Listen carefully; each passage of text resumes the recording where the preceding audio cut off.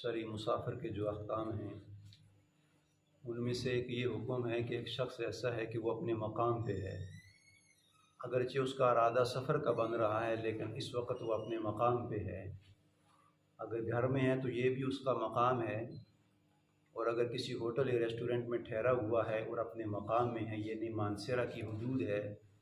یا کراچی کا رہنے والا ہے، وہ کراچی کے مضافات میں ہے، اب تک وہ اپنے شہر میں ہے، گھر میں ہے یا ہوٹل میں ہے یا گاڑی میں ہے یا ٹریول کر رہا ہے، لیکن اس وقت وہ اپنے حدود میں ہے، یعنی جو سحری کا وقت ہے وہ اس کو اپنے مقام اور اپنے حدود اپنے ٹھکانے پہ اس کو ہوا ہے، تو فقہا فرماتے ہیں کہ اس کے لیے روزہ رکھنا یہ افضل ہے۔ یہ روزہ توڑ نہیں سکے گا، اس لیے کہ اس کا مقام سحری کا وقت اس کو اپنے مقام اپنے ٹھکانے پہ اور اپنے ہوٹل کے مقام پہ ہو رہا ہے، تو فقہا فرماتے ہیں کہ یہ روزے کو توڑے گا نہیں بلکہ یہ سحری کرے گا، اور دن بھر اس کا روزہ رکھنا یہ افضل واجب اور فرض کے درجے میں آئے گا۔ اب اس میں بعض اوقات کوتاہی یہ ہو جاتی ہے کہ صبح کے وقت انسان روزہ رکھ لیتا ہے، لیکن وہ کہتا ہے کہ سفر تو میرا شروع ہو چکا ہے، اب اپنی بستی اپنی آبادی سے اپنے مقام سے نکل چکا ہوں اور 78 کلومیٹر کی مسافت سے زیادہ ہے، یہ اس سے اسی کی مقدار ہے، تو وہ روزہ توڑ دیتا ہے، تو فقہا فرماتے ہیں کہ اس کے لیے روزہ رکھنا یہ افضل اور فرض کا درجہ ہے، یعنی یہ بندہ روزہ توڑے گا نہیں، اس لیے کہ اس کو جو سحری ہوئی ہے وہ اپنے مقام پہ ہو رہی ہے، اور جو سحری اور نماز اپنے مقام پہ ہو تو وہ نبی علیہ السلام کا فرمان ہے، اور فقہا فرماتے ہیں کہ وہ روزہ بھی مکمل کرے گا اور اپنی نماز کو بھی 2 رکعت نہیں پڑھے گا بلکہ وہ 4 رکعت پڑھے گا۔ یہ پہلا مسئلہ ہے۔ اور دوسرا مسئلہ ایسا ہے کہ ایک بندہ ہے وہ سفر کر رہا ہے، اب سفر کے درمیان اس کو سحری کا وقت آ چکا ہے، یعنی سفر کے درمیان جو شرعی مسافر ہے 78 کلومیٹر کی مسافت سے زیادہ ہو چکی ہے، اب سفر کرتے کرتے اس کا جو ٹھکانہ ابھی اس کا مقام نہیں آیا بلکہ وہ سفر کی حالت میں ہے، اور سفر کی حالت میں سحری کا وقت آ گیا ہے،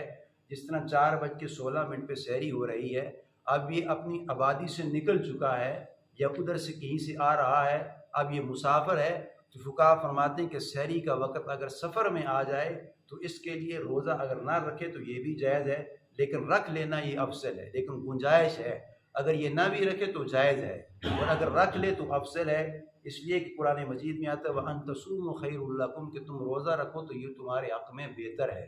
بہتر اس وجہ سے ہے کہ رمضان کی فضیلت بھی پا لے گا اور رمضان کے فضائل بھی پا لے گا، اور رمضان کے ثواب میں یہ بدرجہ شریک ہو جائے گا۔ اب اگر اس کو سفر میں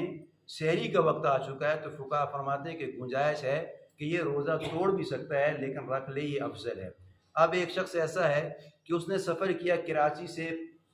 مانسیرہ آ رہا ہے یا کراچی سے اسلام آباد آ رہا ہے، اب جو کراچی کا سفر کر رہا ہے اس کو جب سحری کا وقت آیا تو فقہا فرماتے ہیں کہ وہ سفر میں آ چکا ہے، جب سفر میں سحری کا وقت آ گیا تو اس کے لیے گنجائش ہے کہ یہ روزہ نہ رکھے، لیکن رکھ لے تو افضل ہے، لیکن اس نے روزہ نہیں رکھا۔ اب روزہ نہیں رکھا تو جتنا بھی جہاز کا یہ سفر کر رہا ہے یا گاڑی کا سفر کر رہا ہے اس میں کھا بھی سکتا ہے پی بھی سکتا ہے، یہ مسئلہ ذہن نشین کر رہے ہیں۔ جہاز میں سحری کا وقت آ گیا سفر میں، اور گاڑی کا سفر کرتے کرتے اس کو سحری کا وقت آ گیا، اب اس کے لیے گنجائش ہے کہ یہ روزہ نہ رکھے پھر بھی جائز ہے، لیکن رکھ لینا اولا اور افضل ہے، لیکن اس نے روزہ نہیں رکھا اس لیے کہ شرعی مسافر ہے، اس سے کوئی پوچھ نہیں سکتا، اس لیے کہ اللہ کے نبی نے رخصت دی ہوئی ہے اور اللہ نے بھی اس کو رخصت دی ہوئی ہے فَعِدَّةٌ مِّنْ أَيَّامٍ أُخَرَ، یہ جو گنتی کے چند دن ہیں اس میں اگر شرعی مریض ہے تو اس کے لیے بھی سفر میں بھی روزہ کھا سکتا ہے اور بغیر سفر کے بھی، اس طرح شرعی مسافر ہے تو اس کے لیے بھی گنجائش ہے،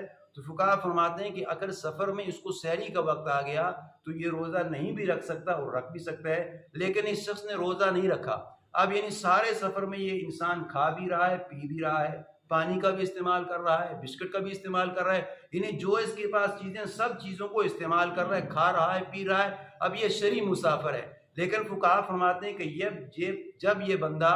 اپنے مقام میں داخل ہو گیا، اب جس طرح بندہ ایک کراچی سے آ رہا ہے، اب کراچی سے شرعی مسافر ہے، اب راستے میں اس کو سحری کا وقت آ گیا تو اس کے لیے یہ کھا رہا ہے پی رہا ہے، اس نے روزہ نہیں رکھا، تو فقہا فرماتے ہیں کہ جب یہ بندہ مانسیرے کی حدود میں داخل ہوگا تو اب کھانا پینا اس کے لیے بند ہو جائے گا، اب آپ یہ نہیں کہہ سکیں گے کہ میں نے تو روزہ رکھا ہی نہیں ہے، میں تو شرعی مسافر ہوں اور میرا شرعی روزہ ہی نہیں ہے، لیکن فقہا فرماتے ہیں وَأَن تَصُومُوا خَيْرٌ لَكُمْ، تمہارے لیے بہتر ہے۔ اور قرآن مجید میں دوسری جگہ آتا ہے فَمَن شَهِدَ مِنْكُمُ الشَّهْرَ فَلْيَصُمْهُ، کہ جس نے رمضان کا مہینہ پا رہی ہے فَلْيَصُمْهُ، اس کے لیے روزہ رکھنا ضروری ہے۔ اب آپ کہیں گے کہ میں نے تو روزہ رکھا ہی نہیں ہے، میں تو سفر کر کے آیا، گاڑی میں نے کھایا پیا ہے، جہاز میں نے کھایا پیا ہے، اب میں اپنے مقام پہ آ چکا ہوں، تو یہ عجیب لاجک ہے کہ یہ مجھے کھانے سے منع کر رہے ہیں، پینے سے، جبکہ میرا روزہ نہیں ہے۔ تو فقہا فرماتے ہیں کہ جس طرح باقی روزے دار کھانا پینا بند ہے، آپ کے لیے بھی کھانا پینا بند ہوگا، آپ کھا نہیں سکتے، پی نہیں سکتے۔ آپ کہیں گے، والدہ کو بھی کہیں گے، بہن کو بھی کہیں گے کہ میں نے تو روزہ رکھا نہیں ہے،